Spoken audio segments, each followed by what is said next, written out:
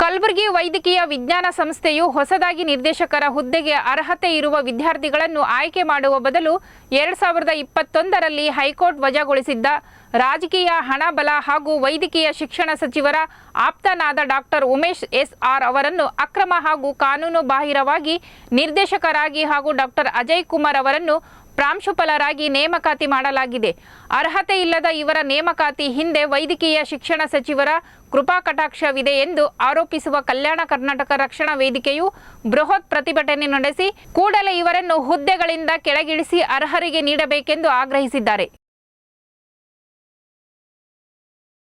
ಕಲ್ಯಾಣ ಕರ್ನಾಟಕ ರಕ್ಷಣಾ ವೇದಿಕೆ ವತಿಯಿಂದ ಜಿಮ್ಸ್ ಕಾಲೇಜು ಮುಂಭಾಗದಲ್ಲಿ ಇವತ್ತು ಜಿಮ್ಸ್ನಲ್ಲಿ ನಡೀತಕ್ಕಂಥ ಅಕ್ರಮ ಮತ್ತು ಒಂದು ನೇಮಕಾತಿಯ ಏನಪ್ಪ ಅಂದ್ರೆ ಇವತ್ತು ನಾವು ಹೋರಾಟ ಮುಖಾಂತರ ಇವತ್ತು ಧರಣಿ ಮಾಡ್ತಾ ಇದ್ದೇವೆ.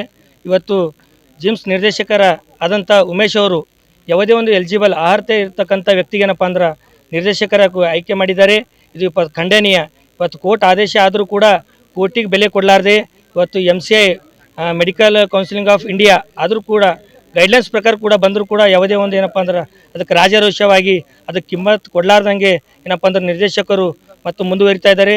ಕೂಡಲೇ ಉಮೇಶ್ ಅವರನ್ನು ನಿರ್ದೇಶಕರಿಂದ ವಜಾ ಮಾಡಬೇಕು ಮತ್ತು ಇಲ್ಲಿ ಸ್ಟೋರ್ ಕೀಪರ್ ಆದಂಥ ವಿವೇಕ್ ಅವರಿಗೆ ಇನ್ನು 23ನೇ ಮತ್ತು ವಿಧಾನಸಭಾ ಚುನಾವಣೆಯಲ್ಲಿ ಅವರಿಗೇನು ಚುನಾವಣಾ ಅಧಿಕಾರಿಗಳು ಅವನಿಗೇನಪ್ಪ ಅಂದ್ರೆ ವಜಾ ಮಾಡಿದ್ದಾರೆ.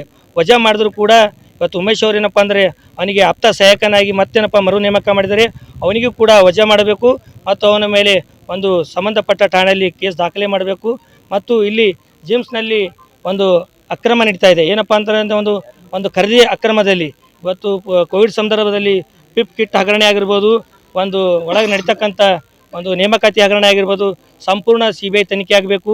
ಇಲ್ಲಿ ಸಂಬಂಧಪಟ್ಟ ನಮ್ಮ ವೈದ್ಯಕೀಯ ಶಿಕ್ಷಣ ಸಚಿವರಾದಂಥ ಶರಣ್ ಪ್ರಕಾಶ್ ಪಾಟೀಲ್ ಅವರ ತವರಲ್ಲೇ ಈ ಥರ ನಡೆದರೆ ಮುಂದಿನ ಜಿಲ್ಲೆಗಳಲ್ಲಿ ಯಾವ ಥರ ಅಂತ ನಾನು ಈ ಸಂದರ್ಭದಲ್ಲಿ ಹೇಳಕ್ಕೆ ಇಷ್ಟಪಡ್ತೀನಿ. ಒಂದು ವೇಳೆ 8 ದಿನದಲ್ಲಿ ಇದ್ರ ಬಗ್ಗೆ ಏನಾದರೂ ತನಿಖೆ ವಹಿಸಲಿಲ್ಲ ಅಂತಂದರೆ ಕ್ರಮ ಕೈಗೊಳ್ಳದಿದ್ದರೆ ಮತ್ತು ಉಗ್ರವಾಗಿ ಹೋರಾಟ ಮಾಡ್ತೀವಂತ ಈ ಮುಖಾಂತರ ತಮ್ಮಲ್ಲಿ ಹೇಳಕ್ಕೆ ಇಷ್ಟಪಡ್ತೀನಿ.